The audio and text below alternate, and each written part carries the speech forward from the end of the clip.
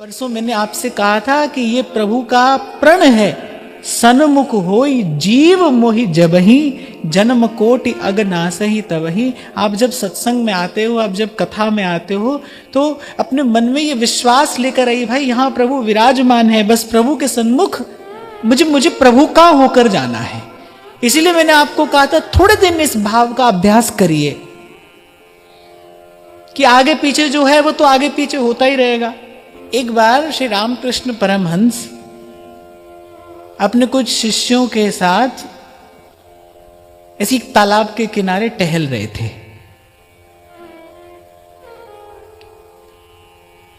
मछली पकड़ने वाले ने जाल डाला। अब जो जाल में मछली फंसी ना, उसमें कुछ तो ऐसी थी जो छटपटा रही थी, कुछ ऐसी थी जो बिल्कुल निस्पंद पड़ी थी, और कुछ एक दो ऐसी भी थी जो प्रयास करके जाल से बाहर निकल गई। अब श्री स्वामी रामकृष्ण परमहंस जी ने अपने शिष्यों की ओर देखा और मुस्कुराते हुए पूछा, बोले क्या समझे? मैं अभी आपको यही कह रहा था ना, जिसको सीखना है वो तो आसपास घटने वाली घटना से भी सीखेगा। जो शिष्य हो गया है ना, माने जिसको सीखना आ गया है, जो सीखने को तत्पर है, जो श्रद्धावान है, वो तो इस अस्तित्व में घटने वाली एक एक घटना से सीख लेगा। जो आपको दिखाई पड़ रहा है, जो आपको सुनाई पड़ रहा है, वो ध्यान से सुनना। जो आपको दिखाई पड़ रहा है, जो आपको सुनाई पड़ रहा है, उसके पीछे कोई कारण है। आपको वो क्यों दिखाया जा रहा है, आपको वो क्यों सुनाया जा रहा है, उसका कोई कारण है। उस कारण का विचार करिए। कोई विशेष प्रकार की परिस्थिति यदि आपके जीवन में आई है, तो आप ही के जीवन में क्यों आई है? अरे कोई कारण होगा। महापुरुष कहते हैं अरे कोई कारण होगा।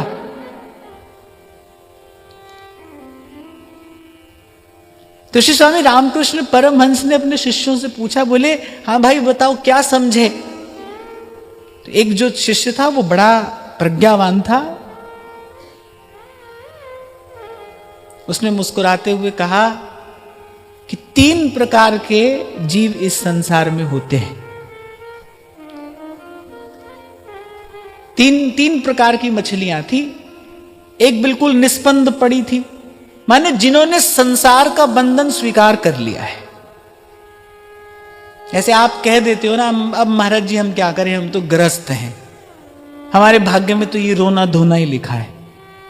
हम तो खाएंगे पिएंगे और सोएंगे और रोग से चिंता से ग्रस्त होकर, शोक से त्रस्त होकर एक दिन मर जाएंगे, यही हमारा जीवन है। फिर गधा कुकर सूकर होकर फिर जन्म लेंगे। हम तो इसको स्वीकार करके बैठे हैं क्योंकि हम तो ग्रस्त हैं। एक ये विचार पता है आपको कितना दुर्बल कर देता है भीतर से?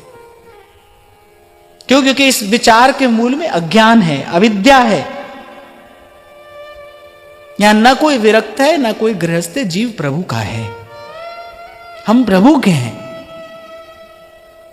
कितना उत्साह भर जाता है जीवन में इस विचार का पुनः पुनः विचार करने से, भाई हम प्रभु के हैं। और कोई झूठी बात थोड़ी है। कौन झुठला देगा इसको कि आप प्रभु के नहीं हैं? आप प्रभु के ही तो हैं। सच्ची बात ही तो आपको कही जा रही। झूठ तो वो है जो आपने पकड़ रखा है, जिसको आप छोड़ने को तैयार नहीं हो, जिसके कारण इतना कष्ट पा रहे हो लेकिन छोड़ने को तैयार नहीं हो। दुख तो वो है। ये तो सीधी सच्ची बात है, भाई आप प्रभु के हो, प्रभु आपके हैं। तो उसने कहा कि भाई देखो, एक मछली तो ऐसी है जिसने जाल से बाहर निकलने की चेष्टा ही नहीं की, उसने तो बंधन स्वीकार कर लिया। उसने तो कहा भाई ठीक है, अब गए, अब तो हम मर ही गए। और एक ऐसी है जो फड़फड़ा तो रही है लेकिन जाल से निकल नहीं पा रही है, और एक ऐसी है जो प्रयास करके जाल से निकल ही गई। अब आप सोचो, जिनका शिष्य ऐसा प्रज्ञावान है वो गुरु कैसे होंगे? श्री रामकृष्ण परमहंस का एक शिष्य था जिसने उत्तर दिया। श्री रामकृष्ण परमहंस के पूछने पर, भाई बताओ क्या सीखे?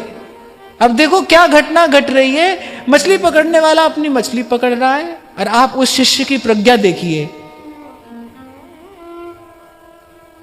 अब जब ये सब बात उसने श्री स्वामी रामकृष्ण परमहंस से कह दी तो परमहंस मुस्कुराने लगे और परमहंस कहने लगे एक मछली और भी होती है। अब शिष्यों ने कहा वो कौन सी? बोले वो जाल के निकट आती नहीं, जो जाल के निकट ही नहीं आती। ऐसे भगवान के कुछ नित्य सिद्ध जन भी होते हैं ना, जो निवृत्ति परायण ही होते हैं, जो इस संसार में केवल संसार का कल्याण करने के लिए आते हैं। वो इस दुस्तर भव सिंधु के बहाव में नहीं बह जाते। पर बाकी आपके मेरे में तो 3 प्रकार के जीव हैं। गोस्वामी जी ने भी 3 प्रकार के जीव कहा। विषयी साधक सिद्ध सयाने, त्रिविध जीव जग वेद बखाने। तो एक तो ऐसा व्यक्ति है भाई जिसने बंधन स्वीकार ही कर लिया है, वो तो प्रयास भी नहीं कर रहा है। एक है जो प्रयास कर रहा है लेकिन उसका प्रयास सफल नहीं हो रहा है। क्यों?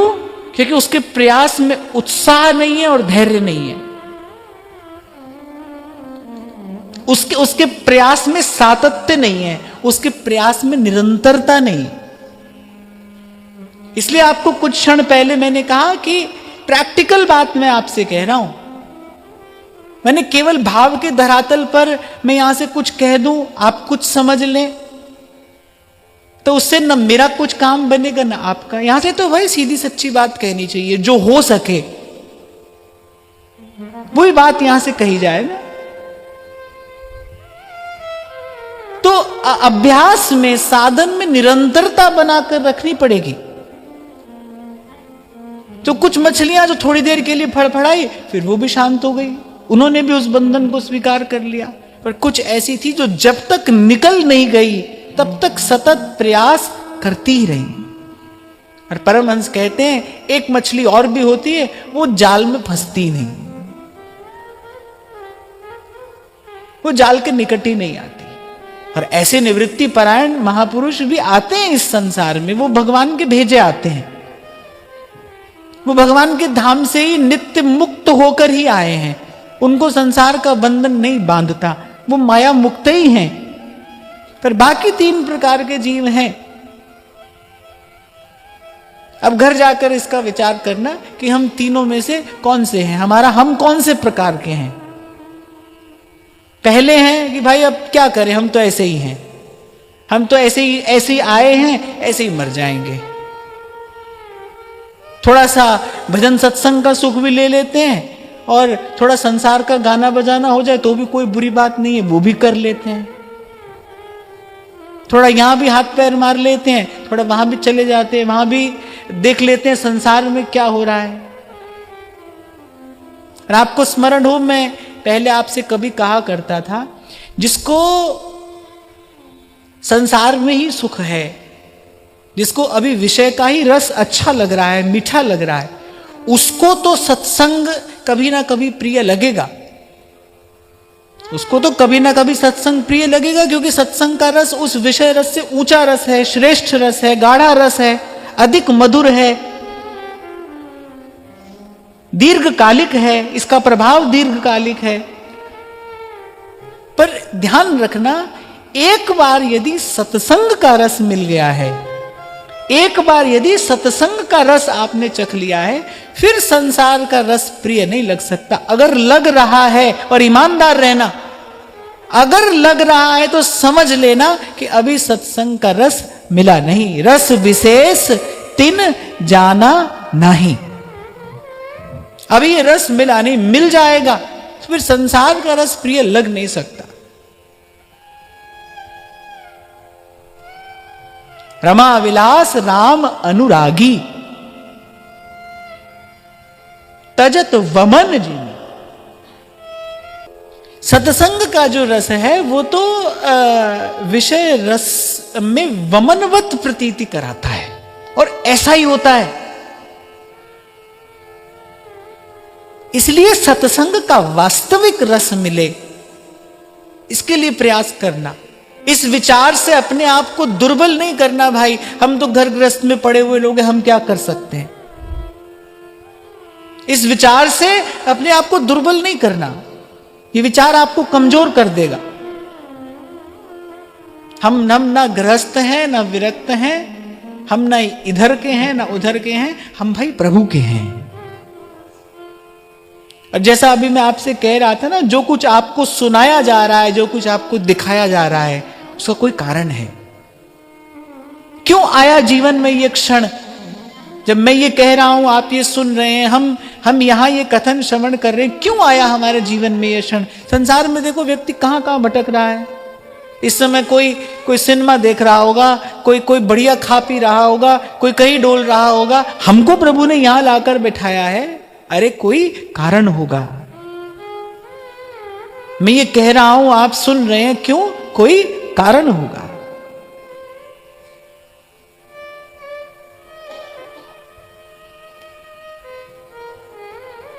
तो बंधन स्वीकार मत करिए, छटपटाइए। तो छटपटाने का अर्थ क्या है? प्रयास तो करिए।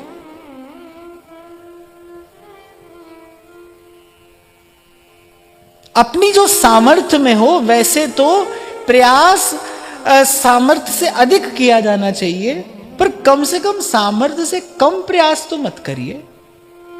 जितना सामर्थ्य प्रभु ने दिया है, कम से कम उतने को तो ईमानदारी से साधन में लगाइए।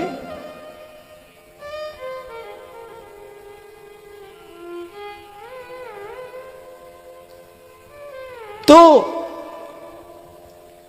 भगवान का दर्शन करके वहां एकदम जैसे आनंद की बाढ़ सी आ गई। अब देखो, अभी कथा आरंभ नहीं हुई, अभी तो केवल कथा की महिमा ही कही जा रही है। कथा आरंभ नहीं है, उससे पहले ही भगवान आकर वहां पर खड़े हो गए।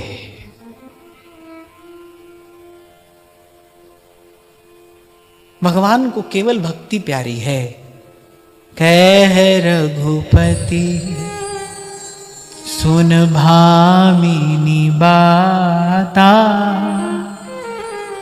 मानहु एक भगति कर नाता। अभी बताओ, ये सीधा सीधा भक्ति का पक्षपात हुआ कि नहीं? भक्ति का पक्षपात है। भगवान ने कहा भाई सब साधन ठीक है, अपनी जगह पर है, पर मानव एक भगति कर नाता। ज्ञान अनुभव तो करा सकता है, दर्शन भी करा सकता है। महाराज जी, मैंने ऐसा भी देखा कि एक दो ब्रह्मज्ञानी महात्माओं को भी भगवत दर्शन हुआ। माने उनका मार्ग ज्ञान का है, लेकिन उनके अत्यंत शुद्ध अंतःकरण के कारण उनको भगवत दर्शन भी हुआ। तो ज्ञान अनुभव भी करा देता है, ज्ञान दर्शन भी करा देता है, लेकिन जिसको भगवती श्रुति रसो वही सह कहती है, उस रस मूर्ति का, उस परम फल का आस्वादन भक्ति कराती, उस फल को चखाती भक्ति है। मैंने देखा कि उन महात्माओं को भगवत दर्शन हुआ, लेकिन भगवत दर्शन हो जाने के बाद भी वो पुनः आकर अपनी उसी ज्ञानावस्था में आरूढ़ हुए। ऐसा होता है ना महाराज जी, ऐसा हुआ। ऐसे महापुरुषों का चरित्र मिलता है कि वो ज्ञान मार्ग के साधक हैं, उनको श्री कृष्ण का दर्शन हुआ, पहले श्री कृष्ण के दर्शन के बाद भी उनकी वृत्ति अपने उसी भाव में आरूढ़ रही, वहीं स्थित रही। तो इसलिए कोई पूछता है ना कि पुराणों में लिखा है कि इतना करोड़ नाम जप करने से भगवान का दर्शन होता है, तो क्या होता है? अवश्य होता है भाई, पुराणों में झूठ नहीं लिखा है। पर मैं आपको एक बात और निवेदन कर दूं, कहीं भी ये नहीं लिखा है कि इतना जप या इतना साधन करने से भगवान में प्रेम होता है। भगवान में प्रेम केवल भगवान के प्रेमी के संग से होता है। भगवान में प्रेम केवल भगवान के प्रेमी के अनुग्रह से होता है। इस बात का सबसे ज्वलंत उदाहरण श्री उद्धव जी हैं। वो तो ज्ञान कर्म भक्ति सबका रहस्य जानते हैं, क्या है जो वो नहीं जानते। लेकिन वो जो आंख में आंसू आया ना, कृष्ण नाम कान में पड़े और हृदय विगलित हो जाए, जिसकी याचना चैतन्य महाप्रभु कर रहे हैं। नयनम गलदश्रुधारया वदनम गद्गदरुद्धया गिरा पुलकैर्निचितं वपुः कदा तव नाम ग्रहणे भविष्यति। कैसी भक्ति चाहता हूं मैं। उससे पहले क्या कह रहे हैं, न धनम न जनम न सुंदरीम कविताम वा जगदीश कामये मम जन्मनि जन्मनीश्वरी भवताद भक्ति रहेतुकी त्वयि। न धन चाहिए न जन चाहिए न सुंदरी, और वो तो यहां तक कहते कविताम वा जगदीश कामये, मैं कोई श्रेष्ठ श्रेष्ठ रचनाएं करके इस संसार में यशस्वी भी नहीं होना चाहता। मम जन्मनि जन्मनीश्वरी भवताद भक्ति रहेतुकी त्वयि। जन्म जन्म में आपकी अहेतु की भक्ति। अब भगवान ने पूछा भाई कैसी भक्ति चाहते हो, क्योंकि प्रत्येक व्यक्ति की दृष्टि में भक्ति का अर्थ अलग अलग है ना।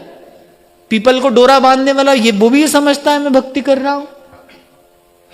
उससे पूछो क्या कर रहे हो, बोले भगवान की भक्ति कर रहे हैं।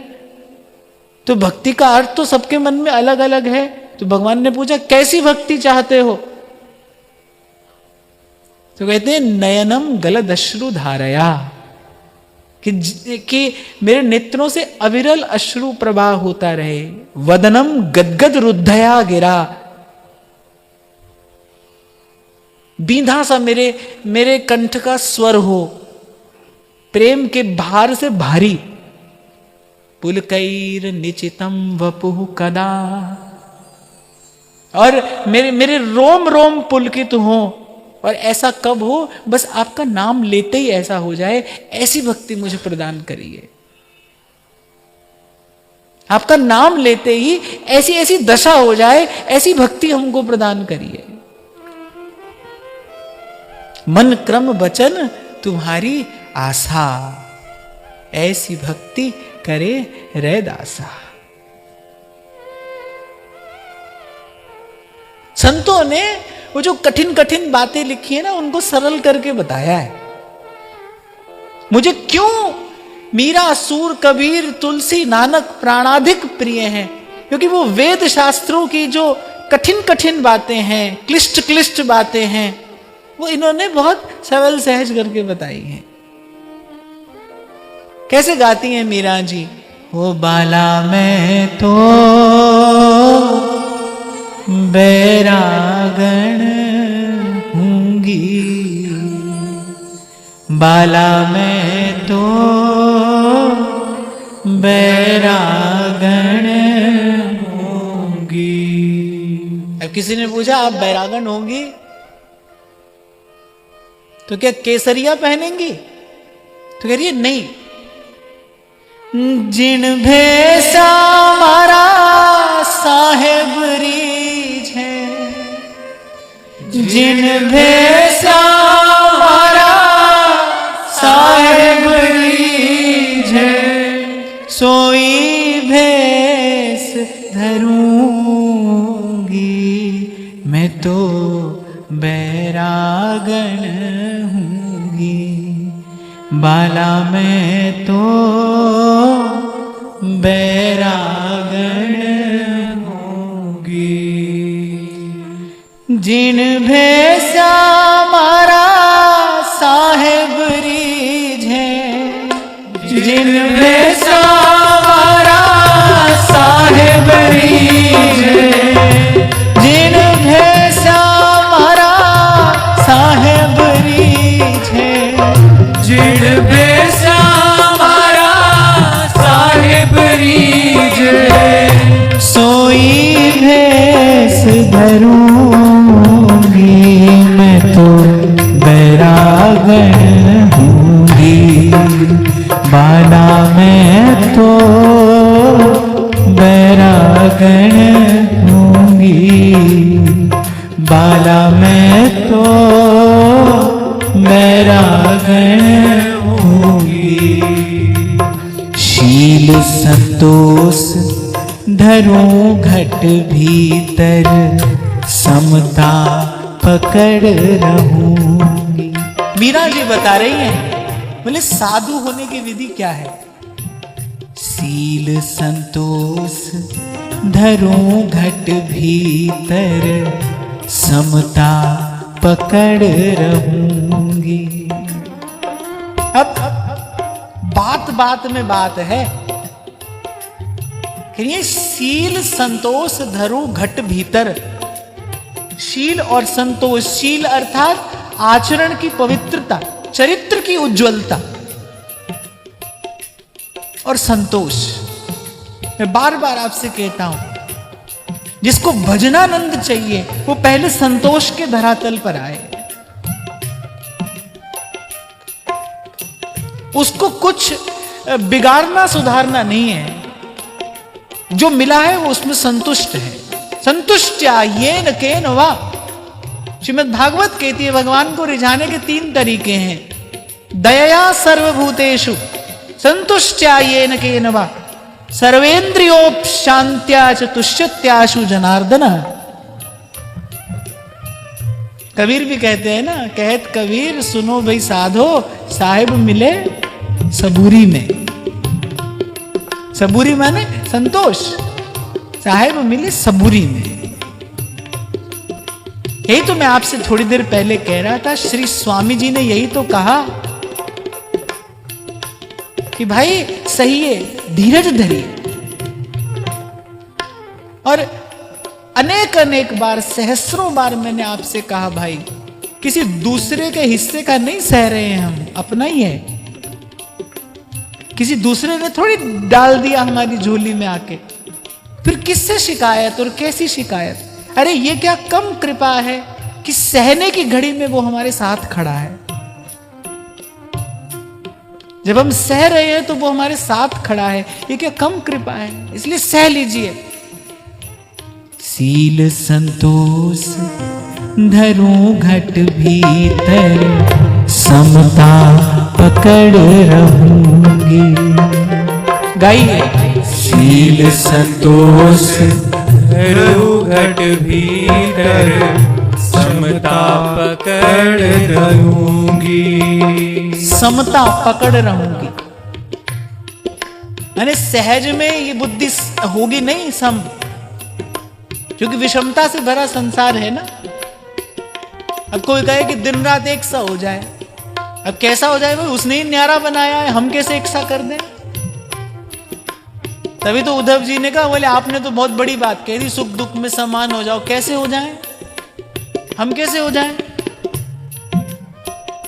तो यहां मीरा जी कह रही है पकड़ रहूंगी, माने इसको अभ्यास से, इस भाव को अभ्यास से सिद्ध करूंगी। बार बार बुद्धि विषम हो जाएगी, बार बार कोई अपना पराया लगेगा, बार बार लाभ हानि दिखाई पड़ेगा, पर शील संतोष धरूं घट भीतर, समता पकड़ रहूंगी। शील संतोष धरूं घट भीतर, समता पकड़ रहूंगी। जाको नाम निरंजन कहिए, जाको नाम निरंजन कहिए। और फिर कहती है अपने साधन से तो नहीं होगा,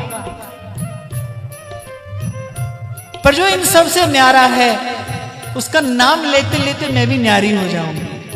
जाको नाम निरंजन कहिए, जाको नाम निरंजन कहिए, जाको नाम निरंजन कहिए, जाको नाम निरंजन कहिए। वाको ध्यान धरूंगी, मैं तो बैरागण हूंगी। हो बाला मैं तो बैरागण होंगी, हो बाला मैं तो बैरागण होंगी।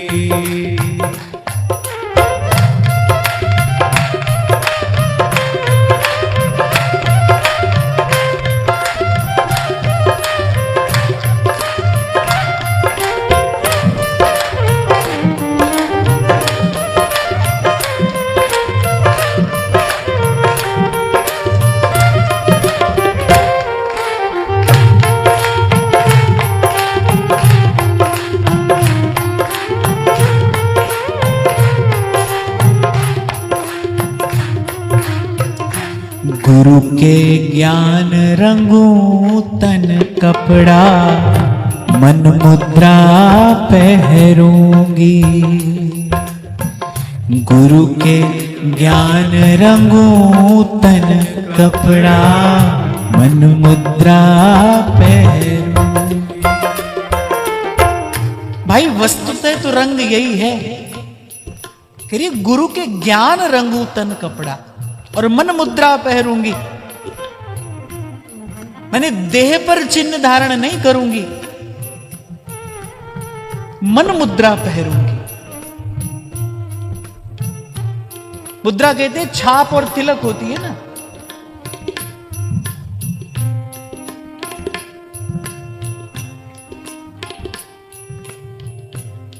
गुरु के ज्ञान रंगूं तन कपड़ा। गुरु के ज्ञान रंगूं तन कपड़ा, मन मुद्रा पहरूंगी। गुरु के ज्ञान रंगूं तन कपड़ा, मन मुद्रा पहरूंगी। प्रेम प्रीत सो हरि गुण गाऊं, प्रेम प्रीत सो हरि गुण गाऊं। चरणन लिपट रहूंगी, मैं तो बैरागण हूंगी। बाला मैं तो बैरागण हूंगी, बाला मैं तो बैरागण होंगी।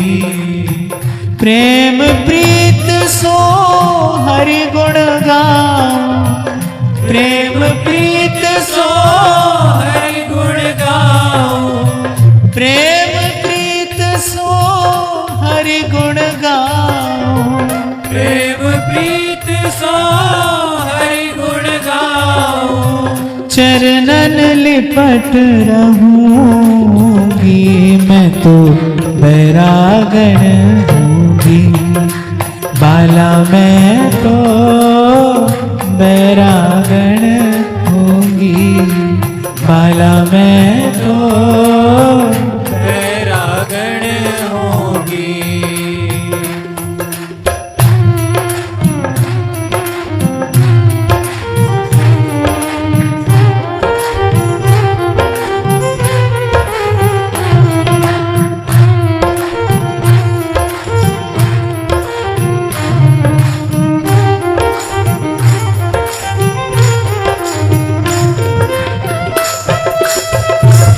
हरि बोल।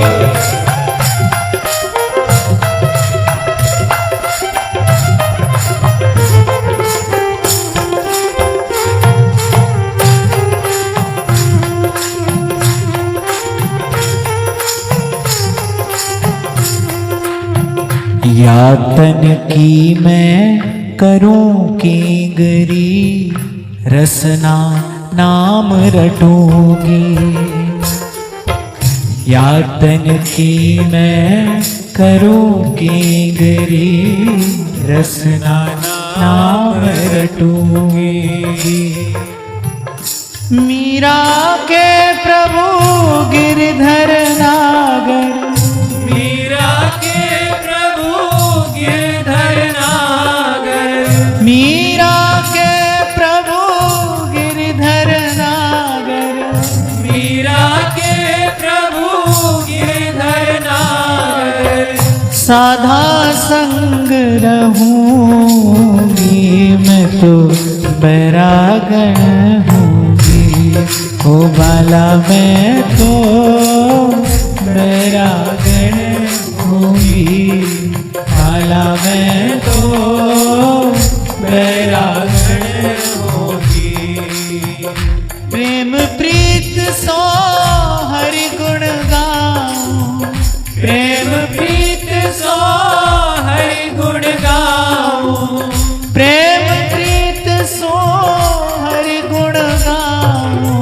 प्रेम प्रीत सो हरि गुण गाऊं। चरणन लिपट रहूंगी, मैं तो बैरागण होंगी। बाला मैं तो बैरागण होंगी। बाला मैं तो बैरागण होगी। जाको नाम निरंजन कहिए, जाको नाम निरंजन कहिए। जाको नाम निरंजन कहिए, जाको नाम निरंजन कहिए। वाको ध्यान धरूंगी, मैं तो बैरागण होंगी। बाला मैं तो बैरागण होंगी। बाला मैं तो बैरागण होगी। हो बाला मैं तो बैरागण होंगी। बाला मैं तो बैरागण होगी। जिन भेषा मारा साहेब रीझ है, जिन भेषा मारा साहिब रीझ है। जिन भेषा मारा साहेब रीझ है, जिन भेषा मारा साहिब रीझ है। सोई भेष धरूंगी, मैं तो बैरागण होंगी। बाला मैं तो बैरागण होंगी। बाला मैं तो बैरागण होगी। हरि जी मोरे नैनन आगे रहियो, हरि जी मोरे नैनन आगे रहियो। नाथ मोरे नैनन आगे रहियो। नाथ मोरे नैनन आगे रहियो। हरि जी मोरे नैनन आगे रहियो। हरि जी मोरे नैनन आगे रहियो। नाथ मोरे नैनन आगे रहियो। नाथ मोरे नैनन आगे रहियो। हरि जी मोरे नैनन आगे रहियो। हरि जी मोरे नैनन आगे रहियो। नाथ मोरे नैनन आगे रहियो। नाथ मोरे नैनन आगे रहियो। हरि जी मोरे नैनन आगे रहियो। हरि जी मोरे नैनन आगे रहियो। नाथ मोरे नैनन आगे रहियो। नाथ मोरे नैनन आगे रहियो। हरि जी मोरे नैनन आगे रहियो। हरि जी मोरे नैनन आगे रहियो। नाथ मोरे नैनन आगे रहियो। नाथ मोरे नैनन आगे रहियो। हरि जी मोरे नाथ मोरे, हरि जी मोरे नैनन आगे रहियो। हरि जी मोरे नैनन आगे रहियो। नाथ मोरे नैनन आगे रहियो। नाथ मोरे नैनन आगे रहियो। हरि जी मोरे नैनन आगे रहियो। हरि जी मोरे नैनन आगे रहियो। नाथ मोरे नैनन आगे रहियो। नाथ मोरे नैनन आगे रहियो। और यहाँ अंत में जो बाईसा कहती है ना, मीरा के प्रभु गिरधर नागर, मीरा के प्रभु गिरधर नागर। साधा संग रहूंगी, मैं तो बैरागण होंगी। बाला मैं तो बैरागण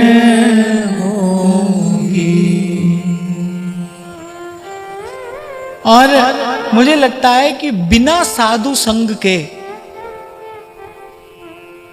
कोई साधु बन तो सकता है।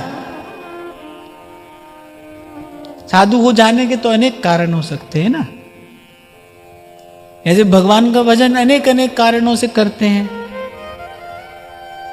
भगवान के भक्तों में आर्त भी है, अर्थार्थी भी है, जिज्ञासु भी है, ज्ञानी भी है।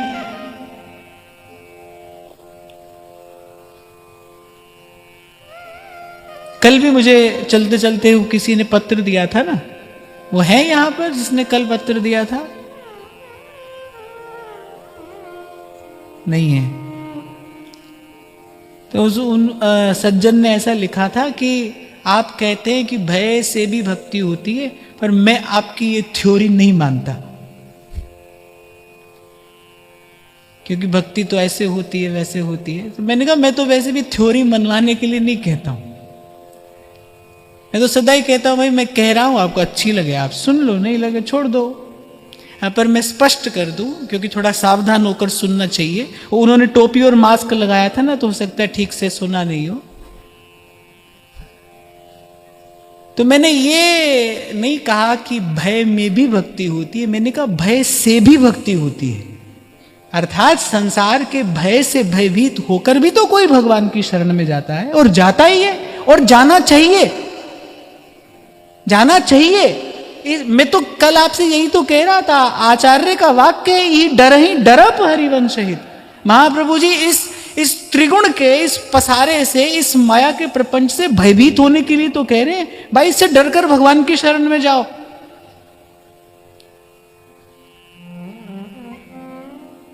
तो भय में भक्ति नहीं, पर भय से भक्ति तो होती ही है। तो अनेक अनेक कारणों से कोई भगवान का भजन करता है, उसमें आर्त भी है, उसमें अर्थार्थी भी है, उसमें जिज्ञासु भी है, और उसमें ज्ञानी भी है। तो ऐसे ही साधु भी अनेक अनेक कारणों से हुआ जा सकता है। पर मैं समझता हूं कि बिना साधु संग के कोई साधु हो तो सकता है, बिना साधु संग के कोई साधु बन तो सकता है, पर बिना साधु संग के कोई साधु रह नहीं सकता। यदि कोई चाहे ना जीवन में साधुता रहे, फिर तो साधु के संग रहना पड़ेगा। साधु संग के बिना जीवन में साधुता रह नहीं सकती। आ तो जाएगी पर स्थिर नहीं रहेगी। जो बात भाई साहब कह रही हैं, पहले कितनी कितनी बात कहती हैं कि सील संतोष धरूं घट भीतर, समता पकड़ रहूंगी, जहां को नाम निरंजन कहिए ताको ध्यान धरूंगी, गुरु के ज्ञान रंगू तन कपड़ा, मन मुद्रा पहरूंगी, और प्रेम प्रीत सु हरिगुण गाऊं, चरणन लिपट रहूंगी, या तन की मैं करूं कींगरी, रसना नाम रटूंगी। फिर अंत में विचार करके कहते हैं भाई ये सब हो जाएगा जब साधा संग रहूंगी। मीरा के प्रभु गिरधर नागर, संतन संग रहूंगी, साधा संग रहूंगी। मुझे तो अब तक इतनी सी बात समझ में आई, और मुझे लगता है कि इतनी सी बात से अपना काम बन जाएगा। इतनी सी बात समझ में आई कि प्रयास पूर्वक प्रार्थना से काम बने तो प्रार्थना से करिए, पुरुषार्थ से बने तो पुरुषार्थ से करिए, और प्रार्थना और पुरुषार्थ दोनों ही इस दिशा में लगाइए, और किसी प्रकार से बस प्रभु से ये कहला लीजिए कि तुम्हारे जीवन में सत्संग सदा बना रहे। इतनी सी बात मेरी तो समझ में आई। हमने नंददास जी का भ्रमर गीत गाया, वहां भी अंत में यही बात मिली। पूरा भ्रमर गीत गाने के बाद श्री नंददास जी अंत में एक ही बात कहते हैं, भाई ये सबको कहने का फल क्या है? इतनी बात समझ लीजिए कि साधु संग ही सर्वोपरि लाभ है। किसी कारण से किसी प्रकार से आपके जीवन में सद्गुण आ भी गया, पर वो सत्संग के बिना जीवन में टिकेगा नहीं। मैं ये कहना चाह रहा हूं, स्थिर नहीं रहेगा। यदि आप चाहें कि भक्ति स्थिर रहे, जब मानस में गोस्वामी जी कहते हैं ना भक्ति सदा सत्संग, तो जो सदा शब्द है ना वो भक्ति के लिए भी कहा गया है और सत्संग के लिए भी कहा गया है। ये कवि का काव्य कौशल है कि उस शब्द को मध्य में रखकर वो शब्द दोनों के लिए कहा गया है। यदि कोई चाहे कि जीवन में सदा भक्ति रहे, फिर सदा सत्संग रहे। सदा भक्ति के लिए सदा सत्संग होना पड़ेगा, निरंतर निरंतर, या में प्रमाद न करे, इसमें भूल नहीं हो जाए। और कल मैं आपसे कह रहा था ना भाई, काल तो घात लगाकर बैठा ही है, और ऐसा महापुरुषों का मत है, काल फिरत सर सांधे और चढ़्यो रहत है कांधे। और हरि को ऐसो ही सब खेल, बिगड़ते बिगड़ते बात बन जाती है, बनते बनते बिगड़ जाती है।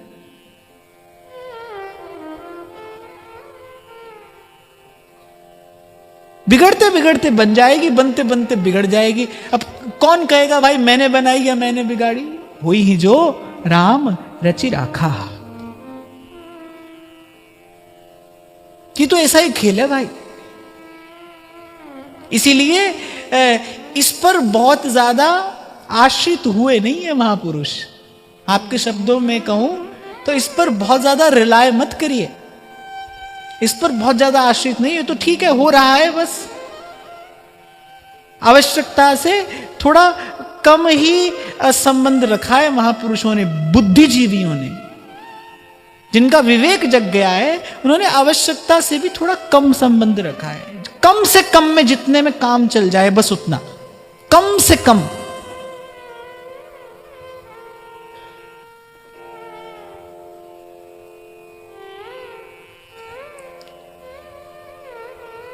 तो इतनी बात यहां पर समझ में आई कि जहां संत होंगे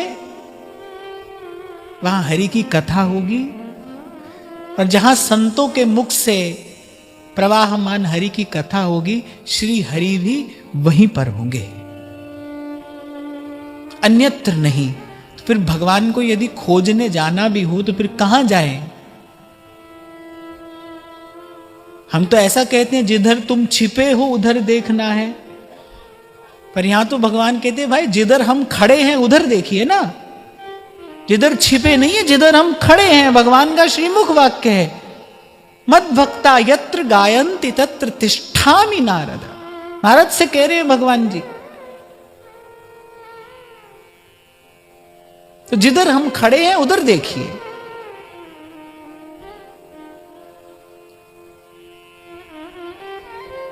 ये जो बार बार सहस्रों सहस्र उदाहरण देकर ये आपको सत्संग की महिमा कही जा रही है, इसलिए नहीं कि आप यहां आते रहें, ये इसलिए नहीं कही जा रही है क्योंकि भाई यही सच्ची बात है।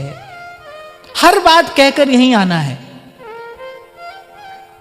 जैसे गीत में सम होता है ना, बार बार उस सम पर आता है गाने वाला, ऐसे ही हर बात कहकर आना यहीं पर है। राधा वल्लभ भजत भज भली भली सब होए, इसलिए कहा जा रहा है ताकि हम इसके लिए प्रयासरत हों, प्रयासरत रहें, थक ना जाएं। उन्हें दोहराता हूं मैं, बाहर उत्साह और भीतर धैर्य ये बना रहे, बाहर उत्साह भी बना रहे, माने बुझ ना जाए जीवन, ऐसे बुझा बुझा सा ना हो जाए। और जो वैराग्य है ना, उसमें कहीं भी उदासी नहीं है। जिनके वैराग्य में उदासीनता है, माने वो सहज वैराग्य नहीं है। सहज वैराग्य में तो अप्रतिम आनंद है, सहज वैराग्य में तो अप्रतिम आनंद है।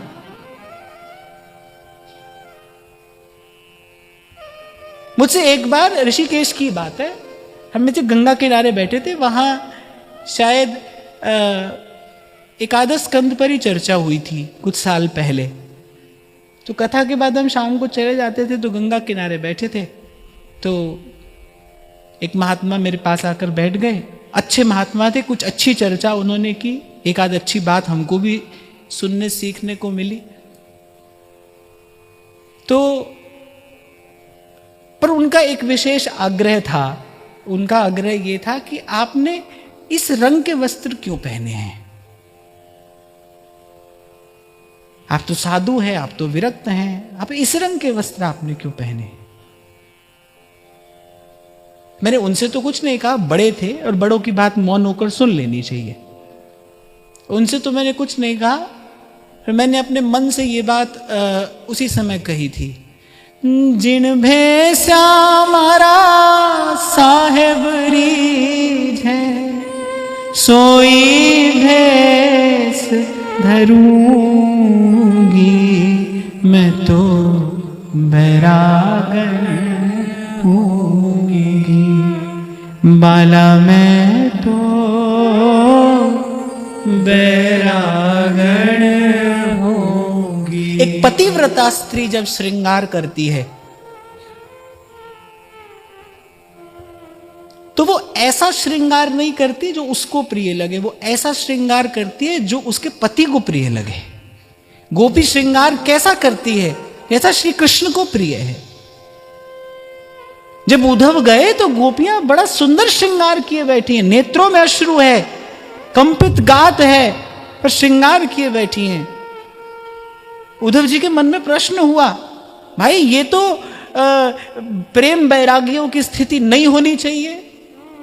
फिर गोपियां कहती है श्याम सुंदर को हम ऐसी अच्छी लगती हैं।